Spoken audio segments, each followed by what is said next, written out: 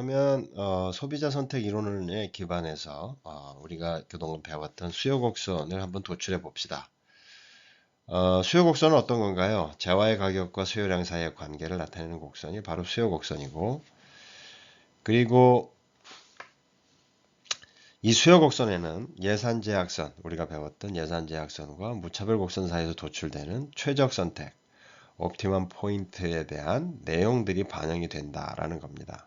그래서 수요 곡선은 이런 가격과 수요량의 관계에서 유도된 것이 수요 곡선입니다. 우리가 일반적으로 그 수량에 대해서 수량 관계만 해서 테이블 그려서 수요표를 가지고 곡선을 만들었지만 실질적으로 그거는 수요량과 가격과의 관계에서 유도할 수 있다라는 겁니다. 자, 우리가 여태까지 배웠던 내용들 중에 똑같이 이제 콜라 수량하고 피자 수량, 그리고 콜라와 피자에서 소비자가 어떻게 선택하는지에 대한 내용 이어서 이, 이 소비자의 최종 선택에 기반한 콜라의 수요 곡선 한번 찾아보도록 합시다. 콜라 가격이 이 그림 A에서 콜라 가격이 2달러에서 1달러로 하락하게 되면 소비자의 최저점이 어떻게 이동할까요? 최저점이 원래 2달러에서는 요 A점에 위치해 있습니다. 그리고 최초의 예산 제약선이죠. 그리고 이게 최초 예산 제약선과 겹치는 무차별 곡선이죠. 그래서 여기 A점에서 최적 선택이 이루어지는데 콜라 가격이 2달러에서 1달러로 떨어지게 되면 250에서 750병으로 되고 그 새로운 예산 제약선이 이렇게 만들어지겠죠. 그렇죠? 요 예산 제약선하고 겹치는 요 I2죠. 요게 새로운 예산 제약선과 만나는 무차별 곡선입니다. 그럼 어떻게 되나요? 여기서 보면 A에서 B까지 이동하는 거는 가격은 어떻게 돼 있죠? 1달러에서 2달러로 떨어진 상태입니다. 그래서 그거를 그대로 반영을 해서 보면 자, 우리가 이런 그 소비자들의 선택을 안다 그러면 그걸 2달러에서 1달러로 내렸을 때 그 소비자가 선택이 어떻게 바뀌는지를 가지고 콜라의 수요 곡선을 만들어 보는 겁니다. 그래서 첫 번째 A점은 여기 있죠. 2달러에서 A점에 얼마입니까? 수량 콜라의 수량 250. 그렇죠? 그 다음에 이 1달러로 떨어지게 되면 수량이 750으로 늘어나죠. 그렇죠. 여기서 750. 그래서 물론 이런 수요 곡선을 우리가 직선이라고 본다면 A와 B점을 연결한 선, 그걸 가지고 이 소비자 선택, 그러니까 이게 실제 특정한 개인이 될 수도 있고 어떤 집단의 선택이 될 수도 있기 때문에 그 사람의 수요 곡선 또는 그 집단의 수요 곡선을 여기 오른쪽에 보는 것처럼 도출해낼 수 있다라는 겁니다. 자, 이런 그 소비자 선택 이론을 가지고 응용하는 세 가지 응용하는 그 사례에 대해서 살펴보도록 할 텐데요. 첫 번째는 모든 수요 곡선이 우하향할까입니다. 그리고 두 번째는 임금은 노동 공급에 어떤 영향을 미치는가. 그리고 세 번째는 이자율이라는 것이 이자를 넣게 되면 가계 저축에 영향이 있겠죠. 가계 저축이 이자율과 관계가 있기 때문에 이 세 가지 사례를 한번 응용 사례로서 살펴보도록 하겠습니다. 첫 번째 그 소비자 선택을 이론의 응용과 관련해서 첫 번째 응용 모든 수요 곡선이 우하향할까에 대한 얘기입니다. 그 얘기는 뭐냐면 우하향하지 않는 경우도 있다라는 거겠죠. 그렇죠? 그 수요 법칙이라는 것은 우리가 앞서서 배웠지만 재화의 가격이 오르면 소비는 줄어든다라는 겁니다. 그래서 소비가 가격에 따라서 가격과 반비례 관계, 그래서 수요 곡선은 우하향하는 형태가 일반적인데 여기 제시된 이 기펜굿이라고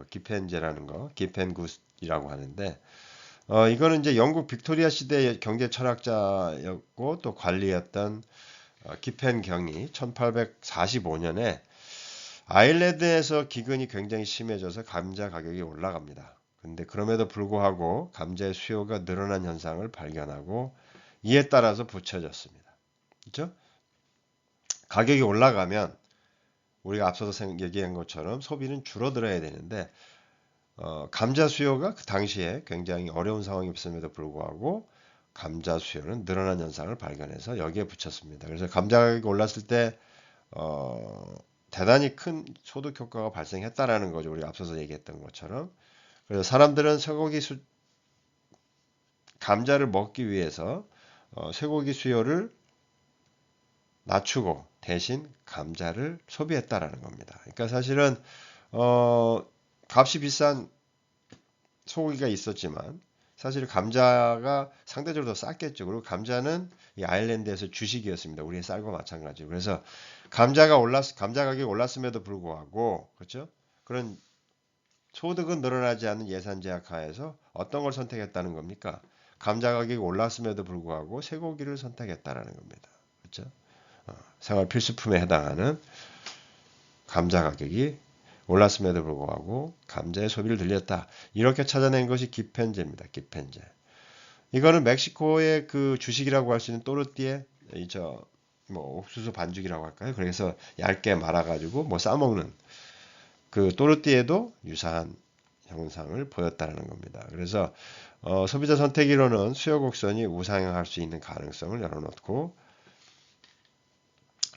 이런 효과를 설명할 수 있다라는 겁니다. 여기 보면 기펜제에 대한 설명, 가격이 상승했음에도 불구하고 수요량이 증가하는 재화, 이거를 기펜제라고 하고 이때 수요 곡선은 우상향하는 형태를 띱니다. 그래서 이 수요 기펜제의 조건은 뭐냐면 열등제여야 돼요. 열등제면서 소득 효과가 대체 효과보다 큰 재화입니다. 소득 효과가 대체 효과보다 큰 재화. 이것이 기펜제의 조건이 되겠죠. 물론 이런 기펜제는 그 전 시대에 걸쳐서 기펜제로 작용을 안 합니다. 어떤 특정한 시점, 어떤 특정한 상황에 사실 기펜제가 발견이 되는 거고, 앞에 사례와 같이 전 구간에 걸쳐, 전 시기에 걸쳐서 기펜제로 고정화되어 있는 재화는 없습니다. 자, 그걸 한번 살펴보도록 하겠습니다. 기펜제가 어떤 형태의 소비자 선택이 이루어지기 때문에 기펜제가 로 드러나게 됐는지. 이 수직축이 감자 수량이고요. 수평축이 쇠고기 수량입니다. 그래서 이 쇠고기와 감자 사이에서 선택을 하게 되는데, 자, 원래 최초점은 어디였었나요? 그죠?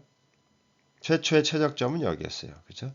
감자 가격이 쌌기 때문에, 자, 여기가 요 A 지점이 쇠고기 수량, 그죠? 쇠고기만 소비했을 때의 수량이고, 여기는 감자 B점은 감자만 소비했을 때의 예산 제약 하에서 감자만 소비했을 때의 수량이 됩니다. 자, 이런 선택 하에서 여기에 접하는 이 I1, 이 무차별 곡선인 접하는 이 지점, 이 C점이 뭐가 되나요? 최적점이 되겠죠. 그래서 최초의 최적점입니다. 옵티멈 포인트가 되는데, 자, 감자 가격이 올라갔습니다. 그래서 감자 가격이 올라가서 어떻게 B에서 D까지 쭉 수량이 줄어든다고 하는 거죠. 수량이 지금 예산 제약선이 A, B에서 A, D로 줄어든다는 겁니다. 그렇죠? 감자 가격이 올랐기 때문에 수량이 줄어들게 되겠죠. 수량이 줄어들고 여기서 이 새로 만들어진 예산 제약선 AD에 접하는 무차별 곡선 I2 그로 인해서 접하는 이 지점 이게 뭡니까? 새롭게 최적점으로 선택된 점이 2점이죠. 2점. 자, 그래서 C점에서 2점으로 바뀌게 됩니다. 그럼 어떻게 되나요? 쇠고기 수량은 어떻게 됐죠? 쇠고기 수량은 C에서 E까지 이 구간으로 굉장히 많은 폭으로 줄어들고 대신 뭐를 늘렸습니까? 감자가 C에서 E까지 늘어나게 되는 거죠. 그래서 이런 상황이 기펜제다라는 겁니다. 그래서 감자가 기펜제라면 감자의 소비는 증가했는데 그 빅토리아 시대에 감자의 소비가 증가한 거, 감자 가격이 흉년으로 올랐음에도 불구하고 감자 소비가 늘어난 거는 바로 이렇게 설명을 될 수 있다. 소비자 선택 이론으로. 그래서 이 기펜제는 사실은 어떤 특정한 기펜제의 그 상황을 발견해내면 그건 사실은 뭐 새로운 논문이 됩니다. 굉장히 희귀한 논문에 해당되는 거고 이런 걸 발견해서 논문을 쓰게 되면 뭐 훌륭한 논문으로 평가받는 거죠. 자, 그래서 기펜제가 어떻게 설명될 수 있는지 소비자 선택 이론으로 설명을 해봤습니다. 알겠죠? 그래서 로버트 젠슨과 노란 밀러가 2008년도 아메리칸 이코노믹 리뷰에 실린 기펜제와 관련된 논문입니다. 5개월간 중국 후난성 현지 주민들에게 주식인 쌀 구매용 할인권을 나눠주고 쌀 가격 변동과 소비에 대한 영향을 조사했어요. 그래서 쌀 구입 할인권으로 낮은 가격에 쌀을 구매할 수 있게 되자 이들 가구는 어떻게 했습니까? 오히려 쌀 소비를 줄였어요. 쌀 가격이 싸졌는데도 불구하고. 그래서 할인권 혜택을 없애자 그 반대 행동이 일어났다. 그래서 우리가 아는 한 이것이 기편제 현상을 최초로 엄밀하게 실증적으로 입증한 사례다. 우리가 앞에서 얘기했던 기편경이 찾아냈던 그 기편제는 역사의 기록에 의해서 찾아냈던 거고, 이거는 실질적으로 실험을 한 거죠. 그렇죠? 쌀 가격, 그 생필품 같은 경우는 가격이 많이 떨어진다고 해서 그 소비가 확 늘어나지 않는다라는 거예요. 반대로 가격이 많이 올랐다고 해서 소비가 줄어들지 않는다라는 거죠.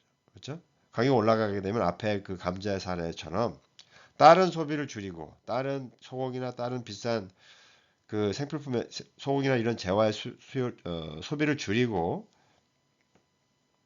쌀을 더 구입하는 거, 그렇죠? 또 감자를 더 구입하는 이런 현상이 나타난다는 거죠. 소비자 선택으로는 이런 수요 곡선의 우상향 가능성을 제시했고 기편제를 통해서 이런 현상을 입증했습니다. 그렇죠? 네. 그래서 뭐 일반적인 수요 법칙 항상 성립하는 것은 아니다. 자, 두 번째는 임금의 노동 공급에 어떤 영향을 미칠 건가에 대한 사례 연구를 살펴보도록 합시다. 자, 임금이 상승합니다. 그러면 어떻게 여가와 소비 중에서 선택을 한다라는 거죠. 그렇죠? 그래서 결론부터 얘기하면 대체 효과가 소득 효과보다 크다면 노동 공급을 증가시킬 겁니다. 대체 효과가 소득 효과보다 크면 노동 공급을 증가시킬 거고 반대로 소득 효과가 대체 효과보다 크면 노동 공급을 감소시킬 거다라는 겁니다. 그래서 노동 공급 곡선은 이런 대체 효과와 소득 효과의 그 상황에 따라서 우상향 또는 좌상향할 수도 있다. 우리가 앞에 기편제에서 찾은 것처럼 이런 효과에 따라서 노동 공급 곡선이 우상향 또는 좌상향할 수도 있다. 일반적으로는 노동의 공급 곡선, 그러면 우상향하는 형태의 곡선을 생각을 하고 있죠. 근데 좌상향할 수도 있다. 그렇죠? 임금이 올라도 노동 공급을 늘리지 않는다. 그렇죠? 그건 뭐에 때문에? 소득 효과가 대체 효과보다 크면 노동 공급을 줄일 거다라는 겁니다. 한번 살펴보도록 합시다. 자, 근로와 여가의 선택입니다. 자, 임금이 올라가게 되면 어떻게 되는지에 대한 선택을 어떻게 할 건지 근로자가 그 여가에 대한 설명을 할 텐데 이거를 소비자 선택 이론을 분석하는 방법은 우선 소비, 돈을 가지고 임금을 받게 되면 그걸 소비를 한다는 거하고 소비하지 않고 여가 시간을 즐긴다. 그렇죠? 이런 겁니다. 그래서 전부 다 소비를 하게 되면 5,000달러, 그렇죠? 를 소비하는 거고 그렇지 않고 그냥 여가로 돈 벌지 않고 여가를 쓴다 그러면 100시간을 즐길 수가 있다라는 겁니다. 100시간을 선택한다라는 거예요.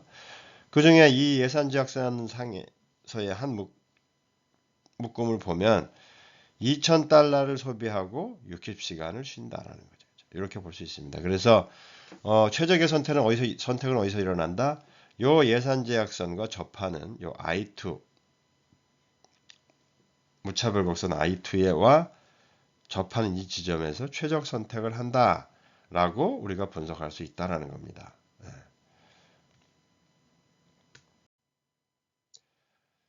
자, 그럼 임금이 상승했을 때 효과를 살펴보면 우선 첫 번째 이런 그 선호도를 가진 사람, 즉 여가 시간과 소비의 관계에 있어서 자, 이런 선호도를 가진 사람입니다. 만약에 임금이 올랐어요. 그래서 여가를 줄이고 노동 공급을 늘리는 형태의 경우를 여기 설명하고 있습니다. 그래서 어떻게 설명이 되냐면 최적점, 원래 최초 최적점은 여기죠. 그렇죠? BC1이라는 예산 제약선 상에서 임금이 올랐습니다. 오르기 전에 이런 BC1 상태에서 I1이라는 무차별 곡선과 만나는 이 지점이 최적의 선택해서 이 정도의 여가 시간과 그다음에 소비, 돈을 벌어서 이 정도의 소비를 하고 있는 사람이에요. 그런데 임금이 올라간다 그러면 어떻게 되죠? 소비가 더 늘어나는 거죠. 그렇죠? 소비가 더 늘어납니다. 그래서 임금이 이만큼 오르니까 소비가 이만큼 늘어났어요. 그러면 그 다음에 최적점은 어떻게 바뀌었습니까? 바로 예산제약선이 요 선으로 예산제약선이 바뀌고 요 예산제약선과 접하는 요 I2, 그렇죠? I2에 접하게 되는 거고 최적점은 여기 선택이 된다는 거죠. 자, 어떻게 됐습니까? 여가 시간을 줄였다라는 거죠. 그렇죠? 소비를 늘리고 여가 시간을 줄였다는 얘기는 어떻게 되는 겁니까? 임금이 상승함에 따라서 소비를 더 늘리기 위해서 뭘 했다라는 겁니다. 노동 공급을 늘렸다라는 겁니다. 그죠? 그러면 요 점에서 이쪽으로 움직인 그 상황을 옆에 노동 공급 곡선으로 설명하면, 자, 임금이 지금 이 지점, 원래 이 지점이었습니다. 여기 지금 BC1에 해당되는 예산제약선과 접치는 요 점은 무슨 의미가 되냐면 노동 공급을 요만큼 하고 있었다는 거예요. 임금이 이런 상태에서. 그렇죠? 그런데 임금이 올랐습니다. 올라서 어떻게 됐습니까? 노동 공급을 여가 시간을 줄이고 노동 공급을 늘렸다라는 거죠. 그렇죠? 그래서 노동 공급 시간이 증가했습니다. 그래서 임금이 올라가니까 노동 공급을 늘렸다. 그래서 우상향하는 형태의 노동 공급 곡선을 도출할 수 있다.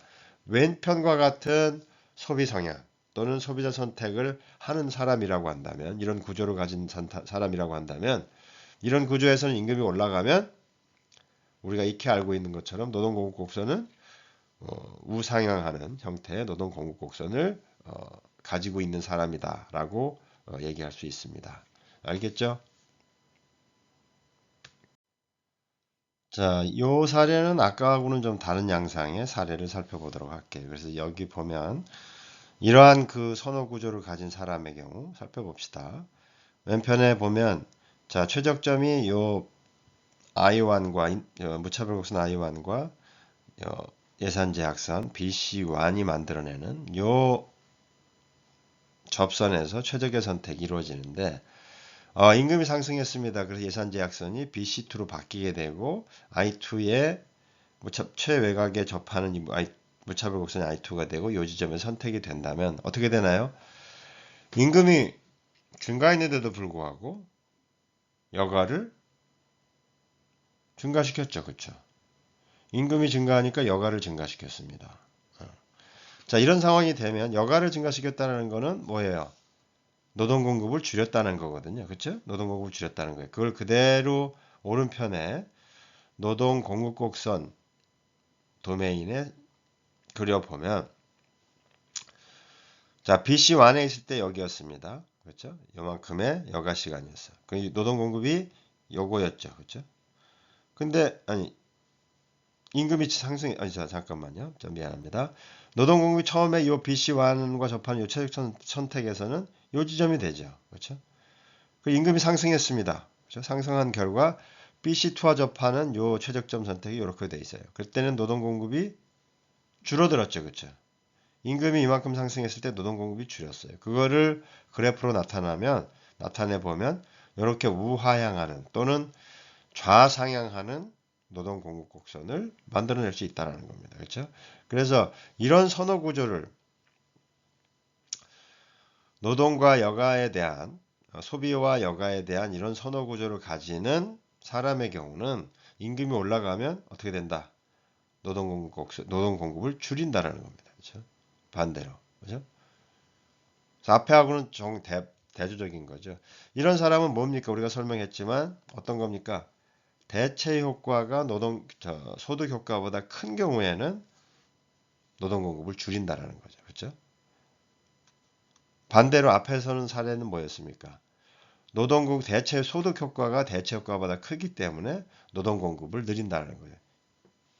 여가를 줄이고. 그렇죠? 그거는 이제 예를 들어 설명을 하면, 지금 앞서서의 그거는 소득 효과가 더 크기 때문에 노동 공급을 늘리는 거죠. 여가를 줄이고. 그렇죠? 왜냐하면 여가에 대한 기회비용이 비싸진 거죠. 그렇죠? 여가에 대한 기회비용이 비싸진 겁니다. 그래서 여가를 뭘로 대체했다? 노동 공급을 늘려서 임금을 받아서 소비를 늘리는 쪽으로 대체했다라는 거고, 이 그림의 형태는 반대의 경우죠. 알겠죠?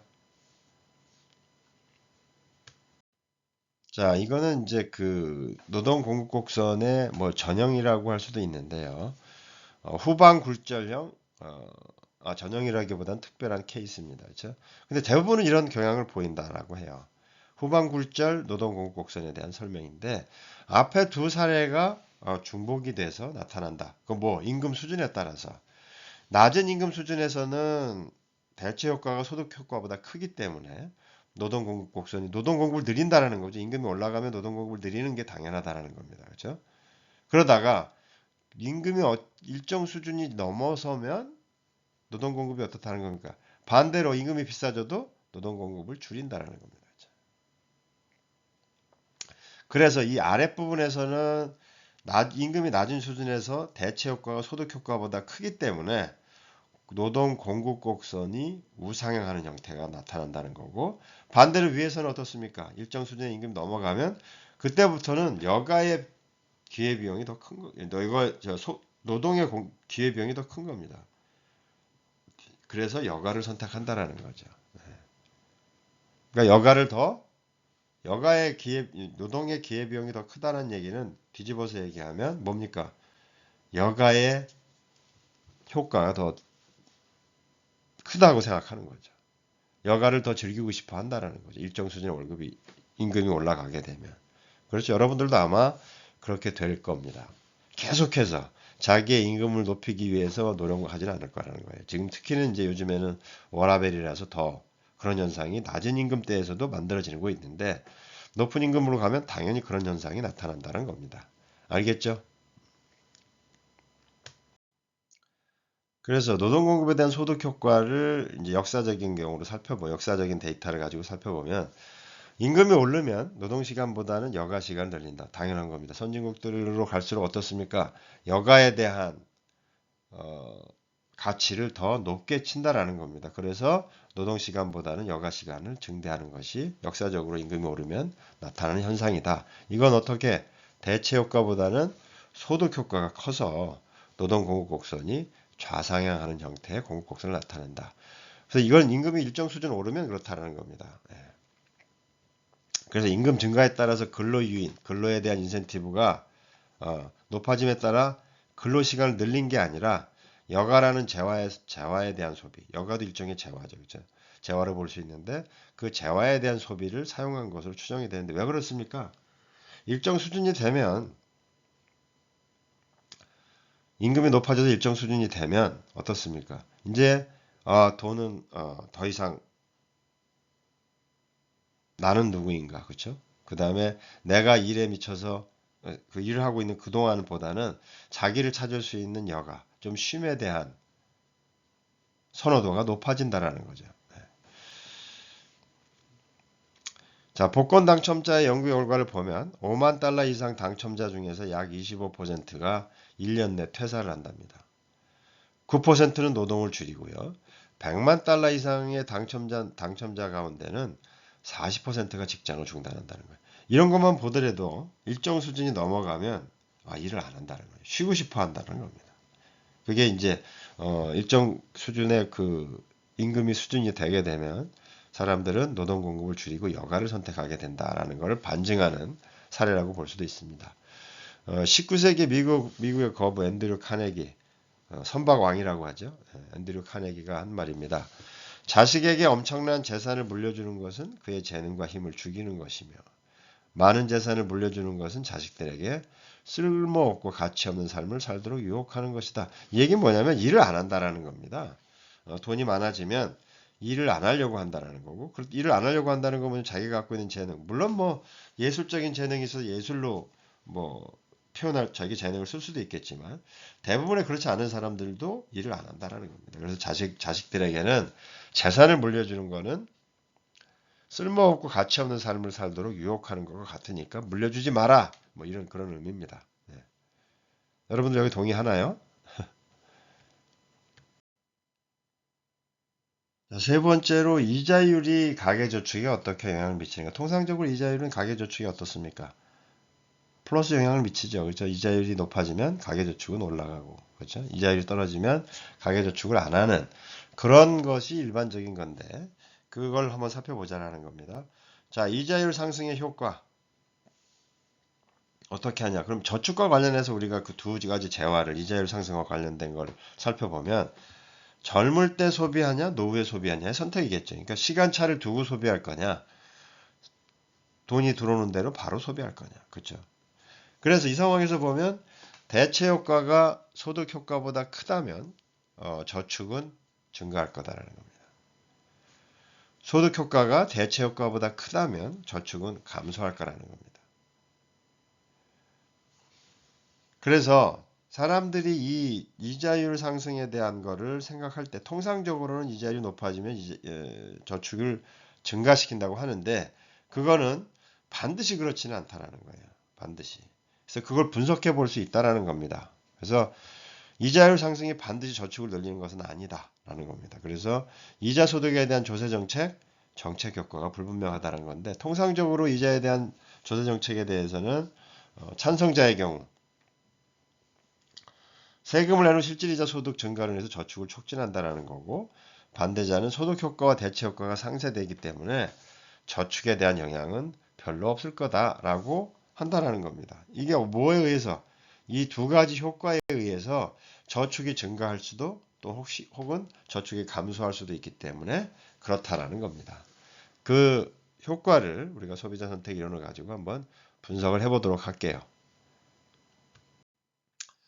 자, 이자율이 어떻게 저축 영향을 미칠 것인가에 대한 모형 어떻게 분석하냐면 소비와 저축의 결정 이렇게 노후 소비와 젊었을 때 소비 이 수평축의 젊었을 때 소비 수직축이 노후의 소비 자 이런 상황에서 예산 제약서는 11만 불 그리고 소비는 11만 불 그렇죠 연리 이제 10%그 이자 때문에 그 이자를 번다라는 이자를 벌게 된다라는 거죠. 그렇죠? 10%라고 가정하면 노후에는 11만 불을 쓸 수 있고 그렇죠? 바로 쓰면 10만 불. 만약에 자기가 10만 불을 돈을 가지고 있다면 그렇죠? 자, 그런 상황에서 예산 제약서는 이렇게 만들어지겠죠. 그렇죠? 두 가지. 그다음에 그러면 최적의 선택은 어디서? 지금 I1, I2, I3가 있는데 요 예산 제약선과 만나는 요 I2 무차별 곡선에서 요 접하는 요 지점이 최적의 선택이 되고 그때 5만 5천 불은 노후 소비를 위해서 저축을 하는 걸 선택하고 나머지 5만 불은 어떻게 된다는 겁니까? 반은 소비를 한다는 겁니다. 그렇죠? 이게 일반적인 소비와 저축의 결정 패턴이에요. 자, 만약에 이자율이 20%, 10%였는데 20%로 증가했을 때 우리가 두 가지 상황을 고려해 볼 수 있다는 겁니다. 이러한 그 선호를 가지고 있는 사람의 경우는 어떻다? 살펴봅시다. 어떻게 되냐면, 자, 처음에 최적점, 요 BC1이라는 예산 제약선과 여기에 접하는 I1, 그 최적 선택이, 최적점이 여기에 되겠죠. 그쵸? 이랬다가, 이자가 올라가니까 어떻게 돼요? 여기 노후 소비, 저축을 했을 때 받을 수 있는 돈이 늘어나겠죠. 그렇죠? 20% 늘어난단 말입니다. 그렇죠? 그래서 BC1에서 BC2로 예산 제약선이 바뀌게 되고 이러한 I2라는 새로운 BC2 예산 제약선과 I2가 무차별 곡선 I2가 여기서 접해서 요 최적 선택이 요 지점이 되는 거죠. 그럼 어떻게 됩니까? 노후 소비, 저축은 노후 소비를 증가한다는 건 뭐예요? 미룬다는 거고 이거는 저축을 증가시킨다라는 거죠. 그렇죠? 그리고 반대로 젊었을 때 소비 줄인다는 겁니다. 그래서 보면 젊었을 때 소비가 감소하고 저축은 증가하는 우리가 일반적으로 이자율을 높였을 때 나타나는 그런 현상들을 설명해 줄 수 있는 거고 그래서 이자율이 상승에 따라 저축은 증가하는 경우입니다. 자, 두 번째 오른편의 사례를 보면 자, 예산 제약선이 BC1에서 이렇게 접하고 있고 여기에 무차별 곡선에서 최적 선택이 여기서 만들어져 있고 20%로 이자율을 올리게 될 경우 새로운 예산 제약선 BC2가 되고 아까하고는 달리 이 사람의 경우는 I2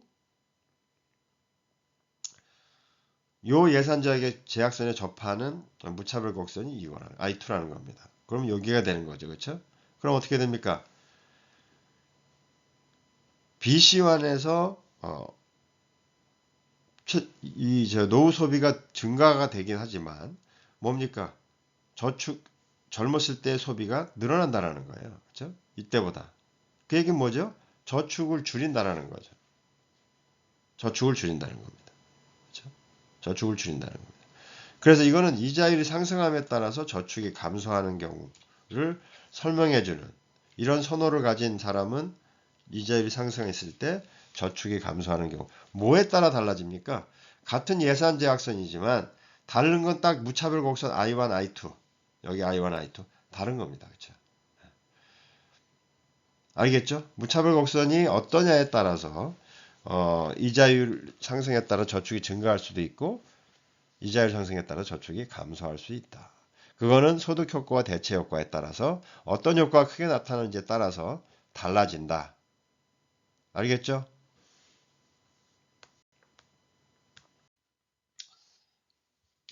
우리가 지금까지 소비자 선택에 있어서 preference, 선호에 대한 얘기를 했었죠. 소비자가 선호가 높은 방향을 선택하게 된다라는 건데 선호의 개념과 함께 또 쓰이는 표현이 개념이 효용입니다. 효용, utility라고 하는데 그래서 이 효용에 대한 얘기를 잠깐 해보도록 할게요. 효용이라는 것은 소비자가 재화나 서비스를 소비할 때 느끼는 만족감의 크기. 아까 프레퍼런스는 그 크기에 대해서는 사실은 무차별 곡선으로 해서 설명을 했지만 그 크기에 대해서 어떻게 정의할 건지에 대해서는 구체성이 좀 부족했습니다. 그렇죠? 그래서 이런 효용이라는 것을 만족감의 크기로 어떻게 나타날 것인지를 고민을 했던 거고 그런 의미에서 고안된 개념이라고 볼 수 있습니다. 그래서 여기 보면 소비자의 선호와 같이 소비자의 최적 선택을 표현하기 위한 또 다른 방법입니다. 그래서 소비자가 한 재화 묶음에서 얻는 만족을 나타내는 역시나 아직은 다소 추상적 개념입니다. 그래서 소비자가 자신에게 더 큰 효용을 주는 묶음을 선호한다라는 거죠. 프레퍼런스보다는 조금 더 구체화됐다라고 봐주면 될 것 같고요. 그래서 여기서는 효용 함수 U를 정의를 합니다. 그래서 각 상품들이 주는 효용의 수준을 구체적인 숫자로 나타내기 위한 함수입니다. 그래서 이 함수로 사실은 무차별 곡선을 얘기를 해보면 등 효용 곡선하고 같다라는 겁니다. 등 효용 곡선. 그래서 그 함수 한계 효용, 그 소비량을 한 단위 늘렸을 때 발생하는 추가적인 효용. 우리가 한계 효용은 체감한다라는 건 이미 앞에서 설명을 했었죠. 그렇죠? 그래서 소비량을 한 단위 늘렸을 때 발생하는 추가적인 효용을 한계 효용이라고 하고 영어로는 marginal utility, MU라고 사용을 합니다.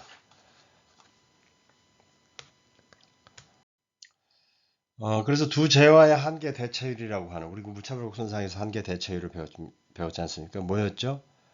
같은 만족, 그러니까 전체 무차별 곡선상에서 다른 재화를 다른 재화를 지금 현재 재화를 다른 재화로 대체할 때 대체되는 비율, 그걸 한계 대체율이라고 그랬죠, 그렇죠? 그렇죠? 그래서 이 한계 대체율은 이 한계 효용 이론에 따르면 한계 효용에 따라서 결정된다라는 거예요. 한계 대체율이 이들의 한계 효용에 따라서 결정한다. 그러니까 그 재화를 더 소비했을 때 늘어나는 효용의 가치잖아요. 그렇죠? 그게 한계 효용인데 그거에 따라서 한계 대체율이 결정된다라고 보는 겁니다.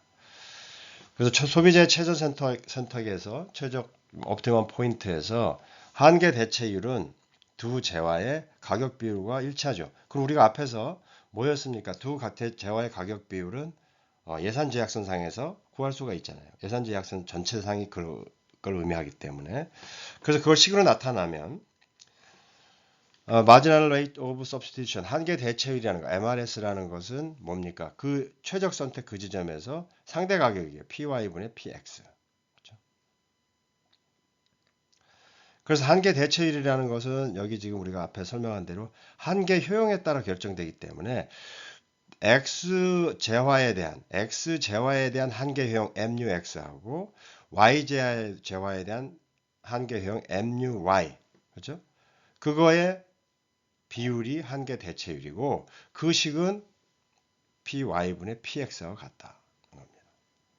이해됩니까? 그러니까 여기 지금 한계 대체율과 한계 효용을 연관시켜서 설명한 거예요. 왜냐하면 우리가 두 재화의 한계 대체율이 한계 효용에 따라서 결정되기 때문에 한계 대체율, 최적 선택에서 한계 대체율은 예산 제약선의 기울기가 같죠. 그렇죠? 그 지점에서. 그래서 그 예산 제약선 상에서 나타난 PY분의 PX, Y재화와 X재화의 상대 가격으로 표현이 되는데 그거를 marginal rate of substitution 한계 대체율이 MRS가 앞에 위에서 한계 효용에 따라 결정되기 때문에 x 제어를 하나 더 소비했을 때의 효용 MUX가 되겠죠. 그 다음에 y 제어를 한 제와 더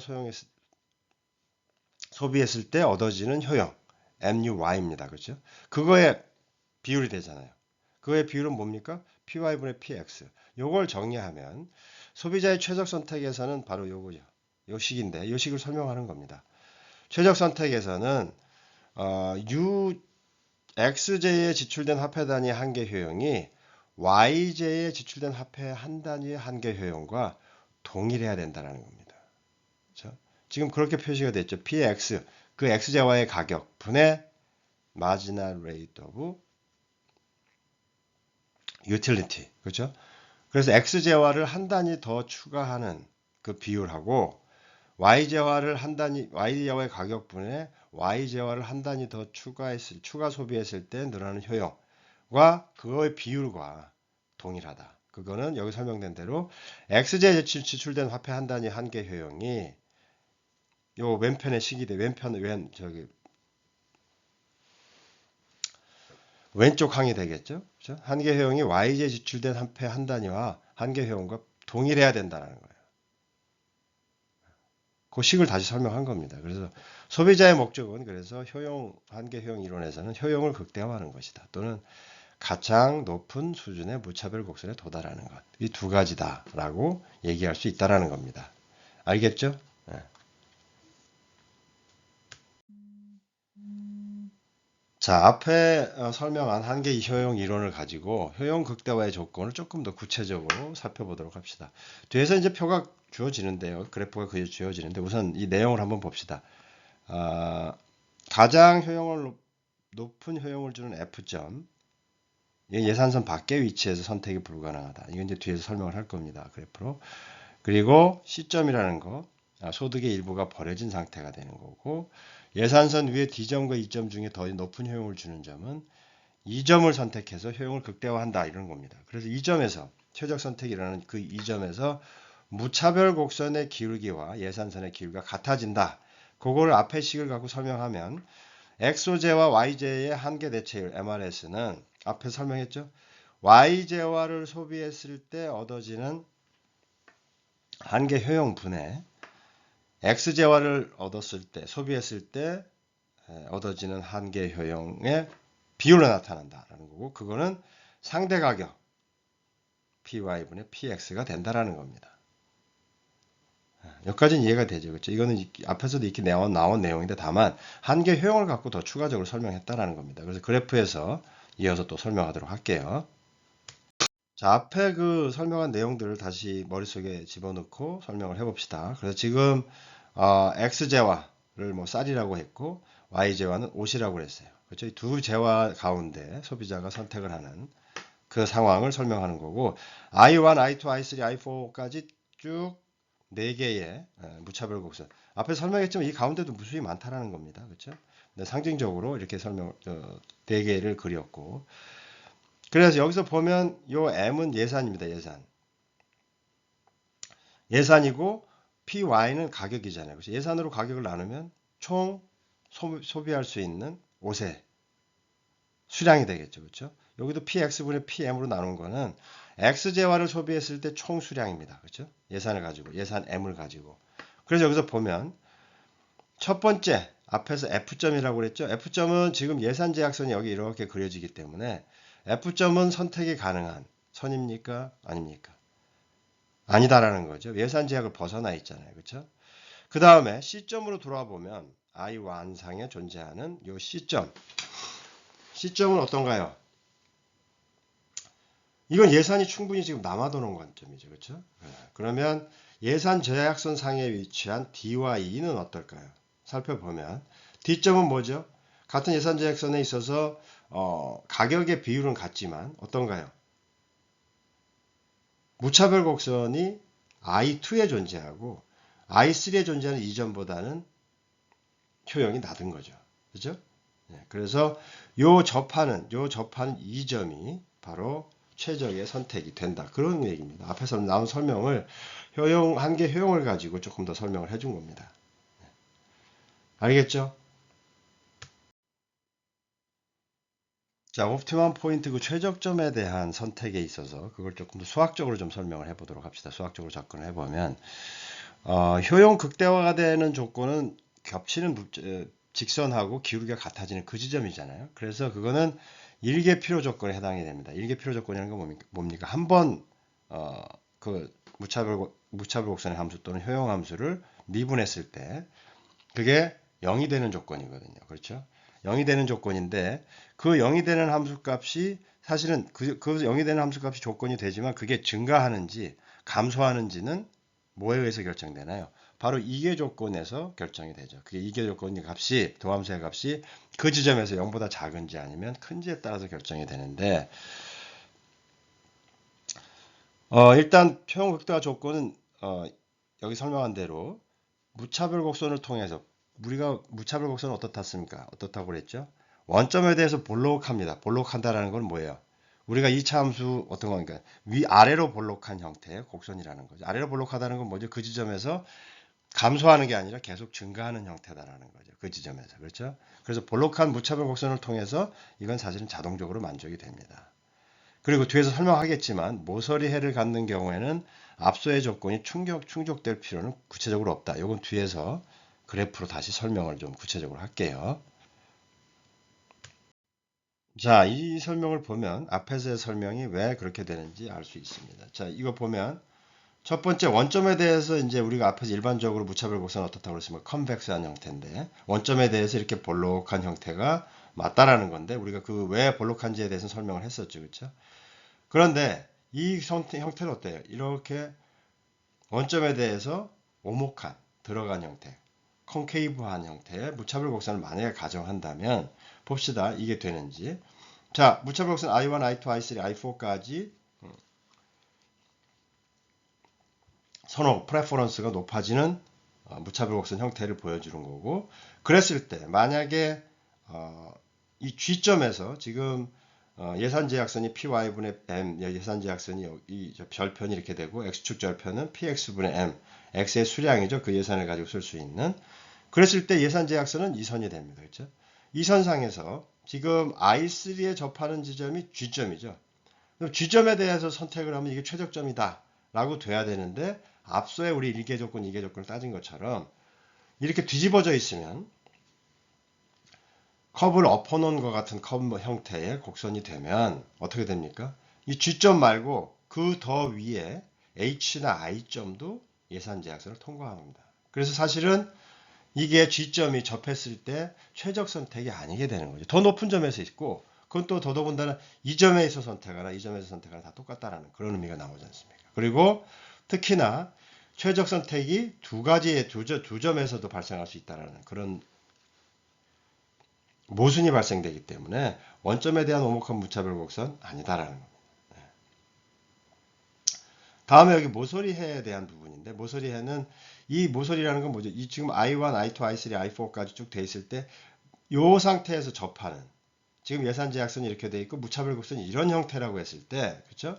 이런 형태라고 된다면 어떻습니까? 여기에 접하는 지점은 요 점이 되는 거고 요 지점에서 효용이 극대화된다는 겁니다. 그래서 그 앞에서 얘기한 1개, 2개 조건은 상관없이 이 지점이 모서리 해로서 선택이 될 수 있다. 최적점이 된다라는 겁니다. 그래서 지금 살펴본 것처럼 만약에 원점에 대해서 오목한 무차별 곡선, 그 다음에 예산지파 모서리에서 이런 모서리 해를 갖는 모서리에서 접하는 그런 형태의 무차별 곡선의 선호도를 갖는 그런 집단이라면 또는 그런 개인이라면 이런 결과가 나온다는 겁니다. 그렇죠? 오목한 형태는 최적 선택이 여러 점이 나온다는 거죠. 이해되죠?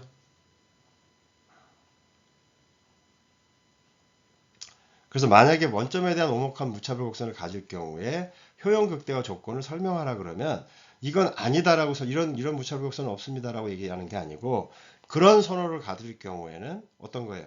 최적 선택이 여러 점에서 나타날 수 있다는 거예요. 그렇게 설명을 해줘야 되는 겁니다. 알겠습니까? 자, 우리가 조금 전까지 그 소비자들이 선택할 때 있어서의 그 선택의 기준, 선택의 최적점을 얘기를 할 때, 선택이 어떻게 이루어지는지 얘기할 때 첫 번째 도입한 개념이 예산 제약선과 무차별 곡선이었습니다. 그렇죠? 무차별 곡선이 원점에서부터 멀어지는 선이 더 높은 선호를 나타낸다라고 정의를 했고, 그 다음엔 어떻게 했습니까? 이 무차별 곡선 형태를 가지고 한계 효용 이론을 접목시켜서 설명을 했어요. 그렇죠? 한계 효용 이론 개념을 접목시켜서 조금 더 한계 효용 함수를 정의하고 그 함수를 설명하는 방식. 물론 그게 추상적인 함수이긴 했지만 조금 더 구체적으로 설명을 했던 거고, 지금 여기서 얘기하는 현재 선호 이론은 폴 세뮬슨이 기존에 이제 그 나왔던 그 무차별 곡선이라든지 그다음에 한계 효용 이론이라든지 이런 개념들이 구체적이지 않아서 조금 더 대안적으로 소비자 이론에 대한 조금 더 구체화된 개념을 좀 개발해 보자라는 측면에서 만든 개념입니다. 그래서 현시 선호 이론을 이제 폴 사뮤엘슨이 제안을 했는데, 여기 보면 revealed preference theory, 그러니까 드러난 선호를 가지고 소비자 선택을 설명한 이론이다라는 겁니다. 이미 그럼 시행된 정보가 드러났다라는 거죠. 그래서 이거는 시장에서 관찰할 수 있는 소비자의 구체적 선택 행위에서 출발합니다. 그래서 소비자 이론보다 더 약하고 적은 수의 가정만으로도 이론을 정립할 수가 있어요. 그래서 어떻게 하는 거냐? 가격과 소득을 조금씩 변화시키고 이에 대한 소비자의 반응의 측정을 무한히 반복하면 소비자의 선호도의 서열, 즉 선호 체계 파악이 가능하다는 겁니다. 소비자의 선호 체계를 가격과 소득을 쭉 지속적으로 변화시켜 보면서 소비자의 반응을 측정해서 그걸 무한히 반복해 보면 소비자가 과연 1부터 100까지 아니면 1부터 10,000까지 그 선호도를 어떤 서열을 갖고 있는지 선호 체계를 파악하기 가능하다라는 생각에서 출발한 이론입니다. 그래서 현시 선호 이론은 지금까지 나와 있는 소비자 선택 이론 중에서 가장 최근에 고안된 이론입니다. 다음 슬라이드에서 좀 더 자세하게 살펴보도록 할게요. 그래서 앞에서 말한 우리 두 가지 재화, 쌀과 옷의 가격이 px0, py0 이미 초기 상태에서 주어진 상태에서 소비자가 요 선택을 했다는 Q0. 그래서 요건 뭐야? 초기 상태에서 X 재화를 요만큼, Y 재화를 요만큼을 하는 상품 묶음을 구입했다. 역시 재화는 두 가지를 가지고 한 겁니다. 그죠? 그래서 이런 상태에서 다른 상품 묶음 Q1, X1과 Y1이 되는데 X는 X재화의 숫자, 즉 쌀의 숫자고 수량이고 Y재화는 옷의 수량이죠. 이 묶음을 선택할 수 있는데도 굳이 Q0를 선택했다면, 만약에 그랬다면 이 사람은 Q1보다 Q0를 더욱 선호한다고 말할 수 있다는 거죠. Q1이라는 묶음인데도 Q0를 그대로 유지했다 그러면 Q1 묶음보다 이거를 더 선호한다는 겁니다. 그래서 Q0와 Q1 두 상품 묶음이 모두 선택 가능한 상황에서 Q0가 선택되었다면, 만약에 상품 묶음 Q0가 Q1보다 현시 선호되었다. 이건 실질적으로 그렇게 선택을 했다라는 거기 때문에 현시, 리빌드, 드러났다라는 거죠. 선호 체계가. 이렇게 현시 선호되었다라고 말할 수 있다라는 겁니다. 이해되죠? 그러니까 원래 Q0와 Q1의 상품 묶음이 있는데 선택이 두 개 다 가능했어요. 근데 Q1을 선택했다면, 아니 Q0를 계속 유지했다면 Q1보다는 Q0가 더 현시 선호되었다라고 표현한다라는 겁니다. 조금 더 앞에 설명들보다 조금 구체화돼가죠, 그렇죠? 네. 자, 현시 선호 관계를 한번 우리가 살펴볼 텐데, 이건 뒤에서 그래프로 다시 설명을 할 겁니다. 그래서 지금은 여러분들이 상상만 해주면 좋을 것 같아요. 그래서 P0라는 가격 벡터가 왜 가격 벡터입니까? 행렬식으로 거기 지금 X 재화의 가격하고 Y 재화의 가격이 같이 들어가 있잖아요, 그렇죠? 그렇기 때문에 가격 벡터라고 이걸 통상적으로 일반적으로 얘기를 하고, P0라는 가격 조건이라고 이해하면 더 훨씬 편합니다. 상품 묶음 Q0가 선택되었고, Q1은 요겁니다. P0 곱하기 Q0가 P0 곱하기 Q1 의 관계를 만족시킨다. 다른 어떤 상품 묶음이라고 한다면 Q0가 Q1보다 현시 선호되었다고 앞에 설명한 것들을 가격 조건을 정해놓고 설명을 이렇게 할 수 있다라는 겁니다. 이해돼요? 그러니까 여기 지금 앞에 설명을 가격은 이 가격 조건이 정해져 있는 상태에서 Q0보다 Q1이 두 가지를 곱한 값이 요 P0 Q1의 관계를 만족시켰다. 다른 어떤 상품 묶음이라고 한다면 Q0가 Q1보다 현시 선호되었다. 앞에 얘기를 조금 더 가격 벡터를 집어넣어서 구체화한 거죠. 수식화한 겁니다.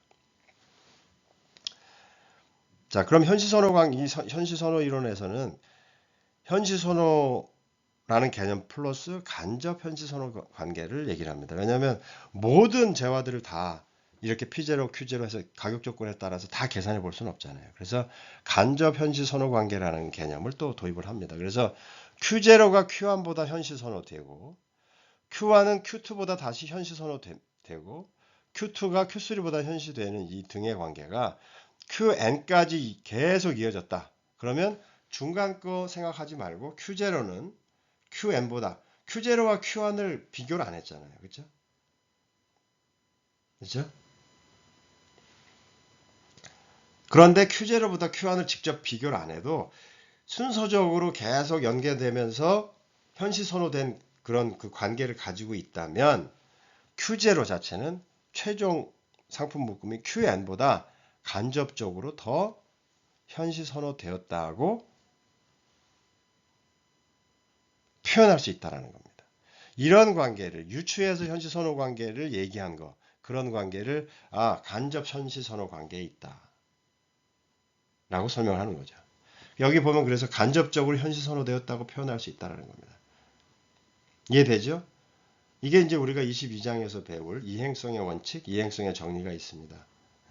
그 정리와 유사하게 Q0부터 시작해서 Q1, QN까지의 묶음이 있는데 첫 번째 Q1과 Q0와 Q1을 비교했더니 Q1보다 Q0가 현시 선호됐고 또 Q1과 Q2를 했더니 Q1이 더 현시 선호됐고 Q2보다 Q3가 더 현시 선호됐고 쭉 해서 QN까지 다 비교를 했는데 그런 결과가 계속 이어진다면 Q0와 QN을 굳이 현시 선호 관계를 따지지 않아도 Q0가 QN보다는 간접적으로가 들어간다. 왜냐면 직접 비교를 안 했으니까.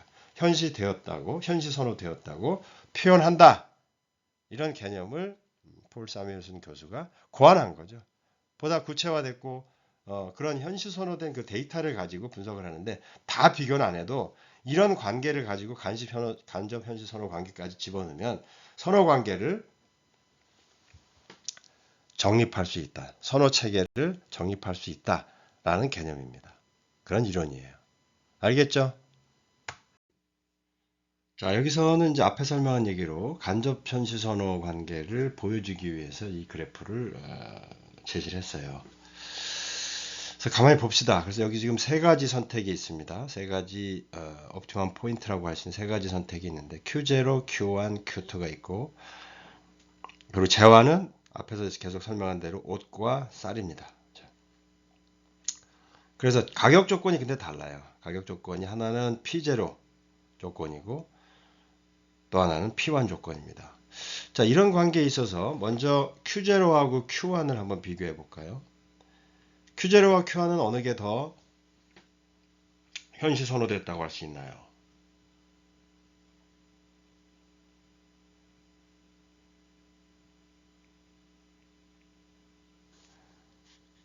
Q0죠. 그렇죠? Q0입니다. 앞에서 설명을 했지만 Q0입니다. 왜 그럴까요? 이 Q0와 Q1을 가만히 보면 같은 가격 벡터 조건이라고 한다면 이 P0라고 한다면 요 예산 제약선 AB Q0는 AB 선상에 있고 Q1은 어떤가요? AB 선상 이내에 있죠. 그렇죠? 그렇다면 지금 현재 사실 이 Q1을 선택했다는 건 뭐죠? 예산이 남는다는 거죠. 그죠? 소득이 남는 겁니다. 그렇죠? 왜 안에 존재하기 때문에.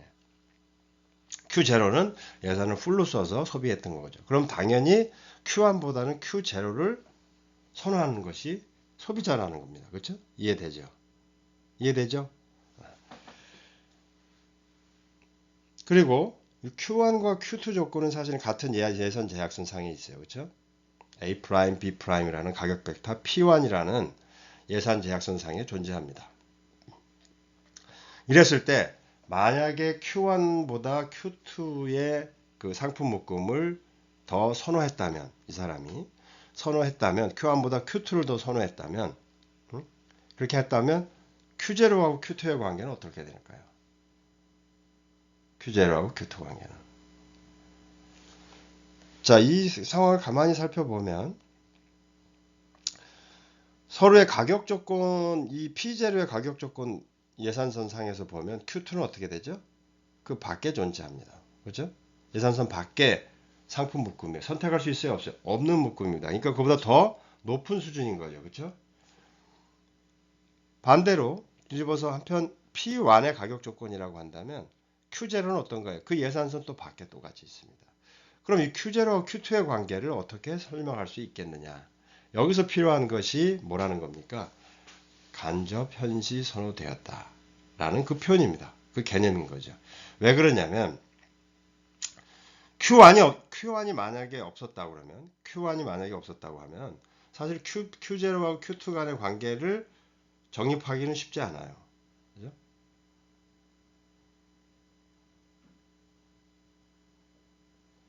Q1이라는 존재가 있고 Q1이 Q0가 Q1보다 더 현시 선호됐고 Q1이 같은 가격 벡터 P1에서 Q2보다 현시 선호되었다는 개념이 있다면 어떻게 Q0가 Q2보다 어떻게 간접 현시 선호되었다라고 표현할 수 있다는 겁니다. 이해됩니까? 그래서 우리가 앞에서 배운 예산 제약선의 관계를 잘 살펴보면 요 부분에 대한 이해를 충분히 할 수 있어요. 그죠? 그래서 여기서 보면 가격이 바뀌고 소득이 바뀌는 여러 가지 조건들을 혼합해서 이 현시선호 이론 관계로 풀어볼 수 있다라는 겁니다. 알겠죠? 자, 이렇게 그 현시선호 이론에서는 그 약공리와 강공리, 현시선호 이론을 뒷받침하는 약공리와 강공리의 가정이 있습니다. 그래서 약공리는 뭐냐? 약공리 설명에 앞서서 공리라는 건 뭐죠? 액시엄이라고 영어로 표현되는데 그 개념은 수학, 철학 등에서 사용되는 용어입니다. 그래서 이론 체계 안에 특정한 이론 체계 안에서 이건 참이야라고 받아들여지는 따로 증명이 필요하지 않는 아주 기본적인 명제를 액시엄이라고 합니다. 그러니까 증명이 따로 필요 없어. 그러면 그거는 뭐냐면 일종의 가정이 될 수가 있는 거죠. 누구나 다 받아들일 수 있는 가정. 그렇죠? 그 주어진 이론화에서 대부분 사람들이 별다른 증명 없이 그럴 거다라고 인정해주는 그거를 액시엄이라고 한다는 겁니다. 그래서 현시선호 이론에서는 약공리와 강공리 이 두 가지의 가정을 세워서 이론이 전개가 되는데 먼저 약공리는 weak, 약한 공리예요. 그래서 우리가 앞에서 본 거 중에 만약에 한 상품 묶음 Q0가 다른 상품 묶음 Q1보다 현시되었다고 한다면 소비자가 그렇게 선택했다면 어떤 경우에도 Q1이 Q0보다 현시될 수 없다. 이게 바뀌지 않는다라는 겁니다. 아주 기본적인 공리죠. 그래서 여기 현시선호 이론에서는 이 공리가 대단히 중요합니다. 그러니까 소비자가 일관적이라는 거예요. 소비자 일관성. 사람은 순간에 따라 바뀔 수 있는데 현시선호 이론에서의 그 기본 가정은 뭐냐면 바뀌지 않는다. 한번 Q0를 선택했으면 다음에 상황이 바뀌었다고 Q1은 선택하지 않는다. 알겠습니까? 네. 자, 그럼 이 강공리는 뭐냐? 스트롱 액션인데 강한 공리가 되겠죠. 그 강한 공리라는 건 뭐죠? 더 확장된 공리라는 거예요. 약공리를 확장해서 만약 한 상품 묶음 Q0가 다른 상품 묶음 QN보다 간접적으로 현시 선호되었다면 어떤 경우에라도 QN과 Q0보다 QN이 Q0보다 간접적으로 현시 선호될 수 없다는 겁니다. 그러니까 소비자의 일관성을 우리가 그 아까 간접 현시 선호 개념을 도입해가지고 Q0하고 QN을 비교했는데 그것도 뒤바뀌지 않는다는 겁니다. 그래서 이거를 압축하면 뭐가 되죠? 줄이면 강공리를 줄이면 약공리가 되는 겁니다. 그래서 강공리가 성립이 된다, 스트롱 액시엄이 성립이 된다면 약공리는 당연히 성립하겠죠, 그렇죠? 이 두 가지 강공리와 약공리를 현시선호 이론에서는 기본적인 가정 내지는 공리로 선택해서 이론을 전개하고 있다는 겁니다. 알겠죠?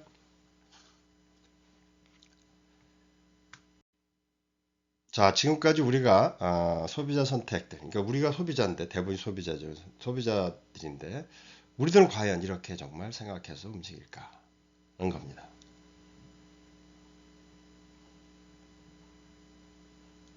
그래서 여기 제시된 대로 소비자 이렇게 선택 모형을 이렇게 제시한 거는 소비자의 의사결정 과정을 표현한 하나의 메타포, 은유다라는 거, 은유입니다. 그러니까 그게 과장될 수도 있고 축소될 수도 있는데 은유적으로 표현한 것이 바람직하다. 우리가 수요와 공급, 그 다음에 산업조직론에서의 경쟁시장의 원리 이런 부분들을 쭉 우리가 공부를 했던 것처럼 하나의 은유로 보는 것이 바람직하다. 여기서 벗어날 수도 있습니다. 그렇지만 여기 지금 얘기하는 것처럼 어떤 소비자도 이론이 제시하는 것까지 명확히 최적화 과정을 다 따라간다고 볼 수는 없습니다. 중요한 건 경향성이고 그런 예산 제약선 안에서 가장 큰 만족을 얻기 위해 최선을 다하고 있다는 건 사실이에요. 그렇죠? 그렇죠? 그렇죠? 뭐 가성비, 갓가성비를 쫓아가고 하는 것처럼 그렇기 때문에 그건 뭘 위해서입니까? 자기의 만족을 위한 거죠. 그래서 그 만족을 우리는 뭐 선호로 얘기도 하고 또 뭐 효용이라고도 얘기도 했는데 그건 사실이잖아. 이 이론은 소비자 선택 이론은 바로 여기에 주안을 두고 있기 때문에 이게 전혀 별개의 사람들이 행동하는 거하고 차이는 있을 수 있겠지만 경향성은 똑같다. 경향성은 이걸 기준으로 판단해 볼 수 있다. 그래서 여기 마지막에 정리가 잘 되어 있습니다.